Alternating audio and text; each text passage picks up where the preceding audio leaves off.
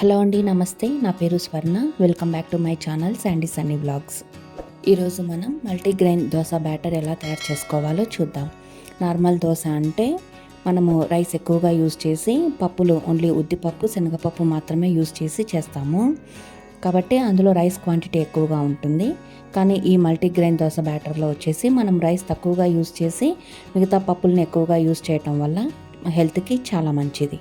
వీడియోని చివరి వరకు స్కిప్ చేయకుండా చూడండి. అలానే సబ్స్క్రైబ్ చేసుకోండి Sandy Sunny vlogs. Multigrain dosa batter కోసం నేను ఇక్కడ సెమీ పాలిష్డ్ రైస్ తీసుకున్నాను. మీకు ఒకవేళ ఇవి అవైలబుల్ లేకపోతే నార్మల్ రైస్ తీసుకోవచ్చు, లేదా రేషన్ రైస్ కూడా తీసుకోవచ్చు. రైస్ నేను ఇక్కడ 2 కప్స్ తీసుకున్నాను. మిగతా గ్రెయిన్స్ అన్ని 1/2 కప్ తీసుకున్నాను. ఇవి అలసందలు లేదా బొబ్బర్లు 1/2 కప్పు, అలాగే శనగలు 1/2 కప్పు, పచ్చిశనగపప్పు 1/2 కప్పు, అలానే పెసలు కూడా 1/2 కప్పు, తర్వాత కందిపప్పు 1/2 కప్పు, ఉద్దిపప్పు 1/2 కప్పు. ఇక మెంతులు వచ్చేసి 1 టేబుల్ స్పూన్ దాకా తీసుకోవాలి. సో ఇక్కడ మనము 2 కప్స్ రైస్కి మొత్తం 6 రకాల పప్పుల్ని కలిపి 3 కప్స్ దాకా తీసుకుంటున్నాం. మనకి రైస్ క్వాంటిటీ తక్కువగా ఉంటుంది, పప్పులు ఎక్కువగా ఉంటాయి. కాబట్టి మనకి కార్బోహైడ్రేట్స్తో పాటు ప్రోటీన్ కూడా ఎక్కువగా లభిస్తుంది. ఈ పప్పులన్నిటినీ ఒక గిన్నెలోకి తీసుకొని 3-4 సార్లు నీళ్ళతో శుభ్రంగా కడుక్కోవాలి. కడుక్కున్న తర్వాత వాటర్ వేసి మనం ఇందులో పప్పులు ఎక్కువగా యాడ్ చేసాం కాబట్టి కనీసం అంటే 7 to 8 అవర్స్ అన్నా బాగా నానాలి.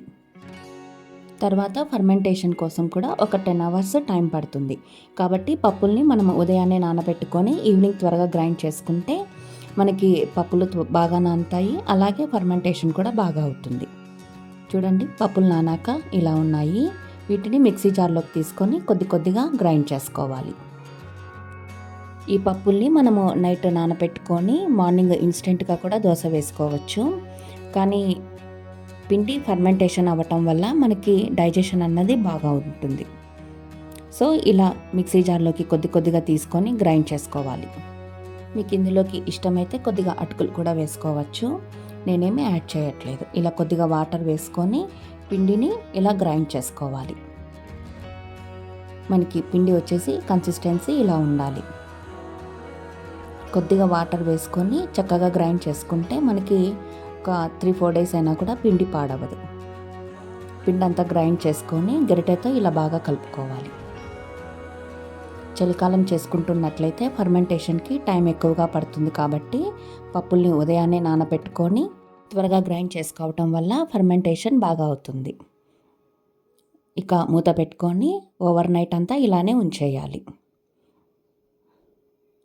మార్నింగ్ చూడండి పిండి ఎంత చక్కగా పొంగిందో. ఇలా పొంగితే దోశలు చాలా టేస్టీగా ఉంటాయి. కాబట్టి చలికాలం ఒక్కటి మనము పిండిని త్వరగా గ్రైండ్ చేసుకోవాలి. తగినంత టెంపరేచర్లో ఉంచాలి. బాగా కలుపుకొని మనకు కావాల్సినంత పిండిని సపరేట్గా తీసుకొని మిగతాది వెంటనే ఫ్రిడ్జ్లో స్టోర్ చేసుకోవాలి.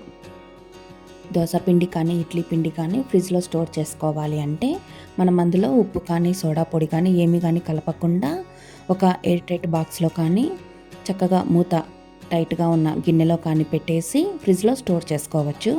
1 వీక్ వరకు బ్యాటర్ బాగుంటుంది. ఇప్పుడు పిండిలోకి కొద్దిగా సోడా పొడి అలానే కొంచెం ఉప్పు వేసి కొద్దిగా వాటర్ యాడ్ చేసుకొని పిండి వేసుకోవడానికి బ్యాటర్ కన్సిస్టెన్సీ ఇలా ఉండాలి. ఇప్పుడు బాగా వేడెక్కిన పెనం పైన దోశలు వేసుకోవాలి. చక్కగా నెయ్యితో కానీ నూనెతో కానీ కాల్చేస్తే పిల్లలు చాలా ఇష్టంగా తింటారు. హెల్త్కి కూడా చాలా మంచిది. మన ఛానల్లో రెడ్ రైస్తో ఇడ్లీ బ్యాటర్, దోశ బ్యాటర్ ఎలా తయారు చేసుకోవాలో ఆల్రెడీ వీడియో పోస్ట్ చేశాను. లింక్ డిస్క్రిప్షన్లో ఉంటుంది, చెక్అవుట్ చేయండి. వీడియో కనుక నచ్చినట్లయితే లైక్ చేయండి, షేర్ చేయండి. మరిన్ని మంచి అప్డేట్స్ కోసం వెంటనే సబ్స్క్రైబ్ చేసుకోండి Sandy Sunny vlogs. Thanks for watching. Thanks for your time.